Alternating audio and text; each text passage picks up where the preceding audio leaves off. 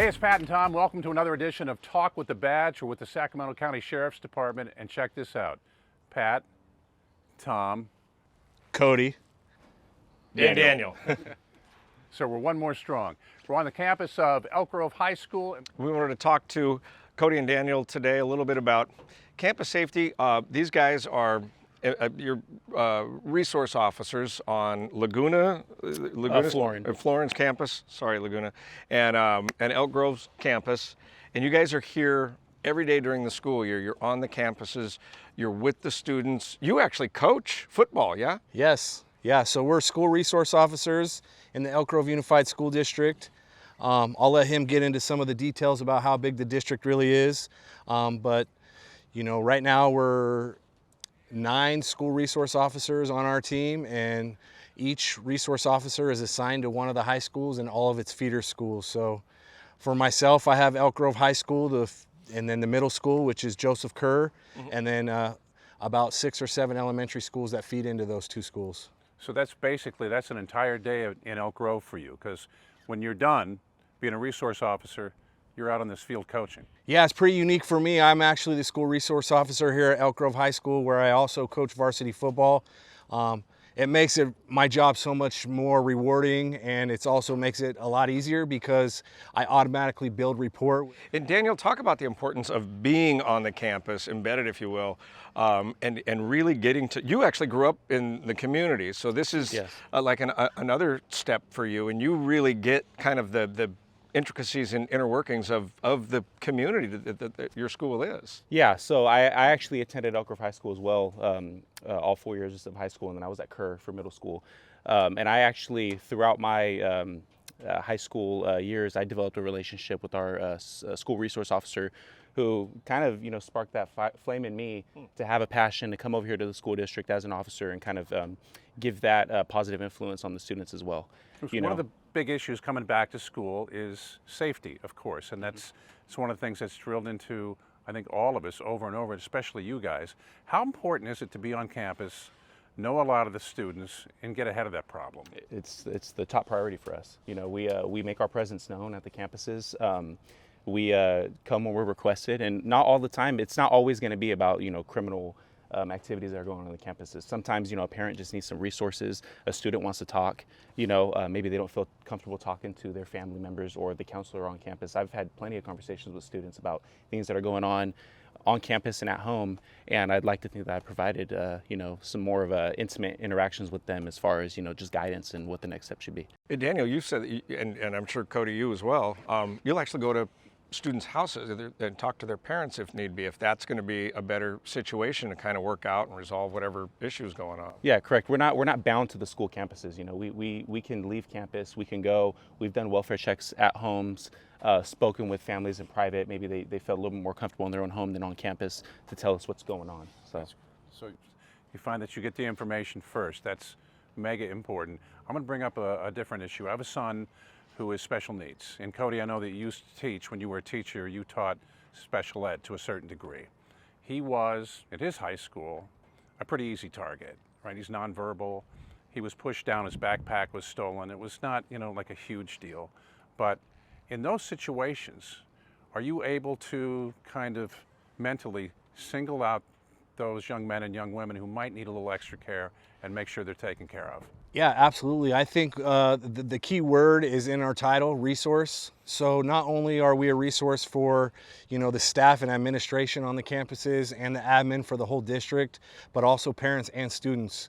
We have the peace powers to do things legally, but we also, to be in this role over here as a school resource officer, you kind of have to take on a unique handle of being able to build rapport with kids and a sense that they can trust you to come to you if they're having issues, or just to come to you and hang out and try to make them better understand that we're not just a badge and a gun, right? We're humans and we have interests, and there's things we like to do, and we like to talk to these kids and build that so that they do trust us. If they have issues, they can come to us.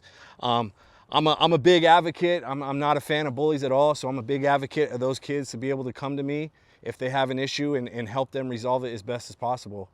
How important is it that you just touched on it, that these kids and their parents and the community see you as, they see the person behind the badge. It's extremely important. You know, we're not out here. We're not robots, right? We all have emotions. We all have feelings too, and we're relatable. You know, and I try and express that as much as I can. Like, you know, I'm a person too. We can have normal conversations. You know, we can talk about, you know, certain things. It doesn't only have to be, you know, the law and criminal topics. It could be whatever. And I'll add to that, and here's kind of a scenario that's pretty unique. I told you guys I coach football here. Usually the first week or first couple days I come out in my football attire, right? A shorts and a t-shirt, and I get along great with the kids. There's some instances where I'll have to come out in full uniform and the kids' jaws just drop. They can't believe it, you know? You know, they've grown up maybe not necessarily to trust police, and you know, they've put all their trust into me and they got along great with me 2 days prior as a coach. Now they see that I'm a cop and it just shocks them to their core where they're, you know, they can't believe it. You know, by the end of the season, those kids are coming to me and saying, "Hey coach, you think I could be a cop one day?" So it's pretty unique to see that kind of stuff. That's awesome. And I would think that, you know, if I'm on a sports team and you're my coach and I see you as a coach for a week and then you show up in that uniform, the one thing that's going through my mind is, oh my gosh, he's not going to make me run. Right. He's got other things on his mind right now. But it also helps too, you got to understand, you know, a lot of these kids, especially at the high school age, this is where, you know, the beginning stages of a lot of their learning to become young adults happens.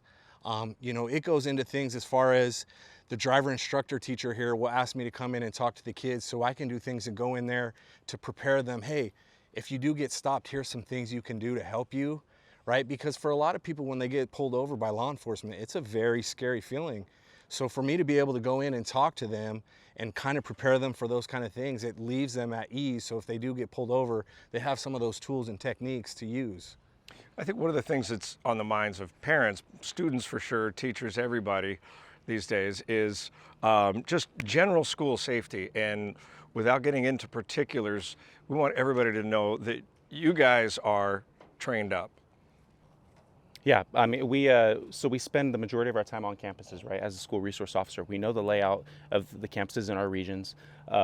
Even outside of our regions, when we go assist other deputies and officers with calls, we familiarize ourselves with the staff at each school.